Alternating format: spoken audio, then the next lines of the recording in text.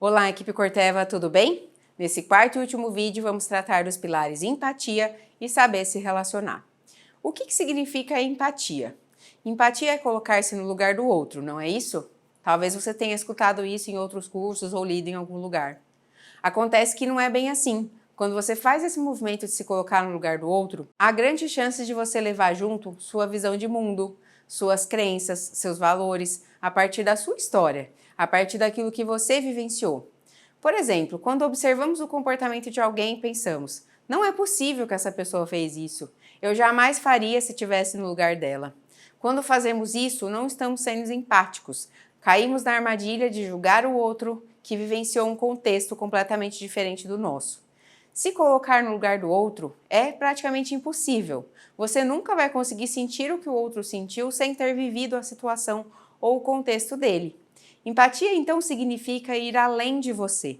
Eu costumo associar empatia a calçar o sapato do outro, dar-se conta das emoções do outro, compreender a sua perspectiva, a visão de mundo dele, interessar-se ativamente pelas preocupações e aspirações do outro. Vamos ver um exemplo? O designer da GE Healthcare, ele construiu uma máquina de ressonância magnética que levou ele a ser indicado a um prêmio de melhor design. E com a repercussão, ele decidiu ir até um hospital para ver como estava sendo a utilização do produto. E ao chegar lá, ele encontrou crianças aterrorizadas com o uso daquela máquina.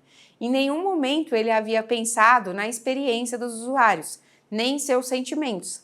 Ao perguntar para a enfermeira, ele obteve a seguinte informação, que 80% das crianças precisavam ser sedadas para a realização do exame e que outras muitas precisavam ter o exame remarcado. Então ele voltou para casa, chocado e disposto a criar uma máquina nova, que as crianças pudessem usar. Então ele reuniu um grupo de especialistas, de pessoas, e realizou uma imersão para poder gerar alternativas viáveis para deixar esse produto, essa máquina de ressonância menos aterrorizante. Eles visitaram escolas, creches, observaram as crianças, como que elas se comportavam nesses ambientes e como que esses ambientes eram projetados para acolher bem essas crianças, fazer elas se sentirem bem. Ouviram as professoras, as enfermeiras.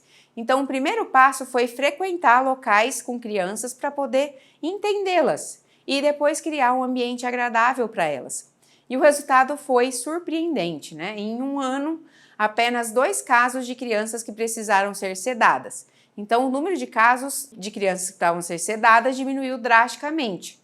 As crianças perderam medo, da máquina e a experiência se tornou divertida e nada tão aterrorizante. O que mudou?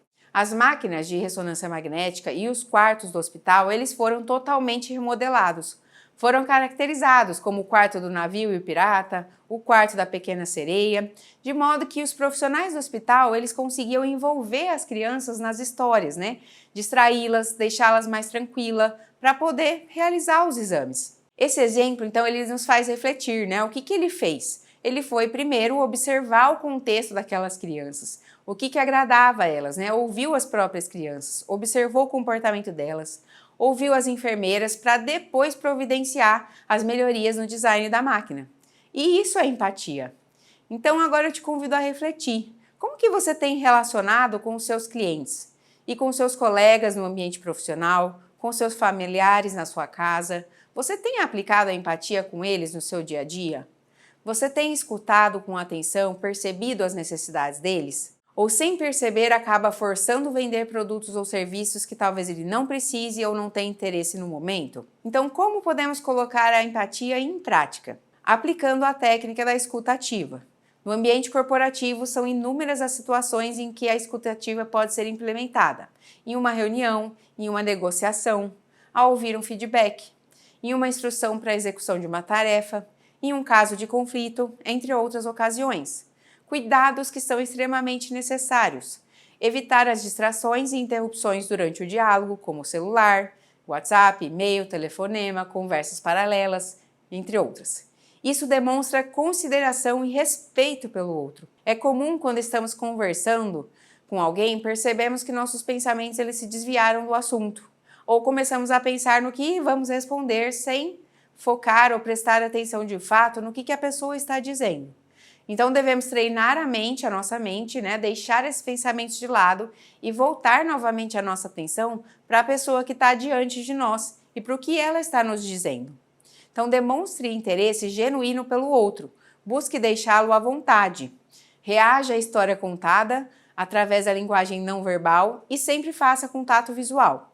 Dessa forma, ele conseguirá se expressar corretamente e passará a mensagem desejada a você. Preste atenção no que está sendo dito e também no que não está, nas expressões corporais, gestos, emoções, para que assim seja possível entender o que ele quer dizer com profundidade.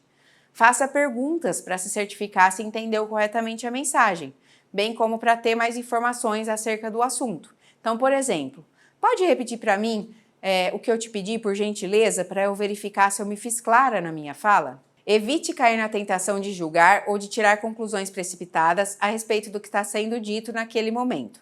Acolha e respeite os pensamentos e sentimentos do outro, mesmo que num primeiro momento você não concorde. Evite invalidar os sentimentos do outro.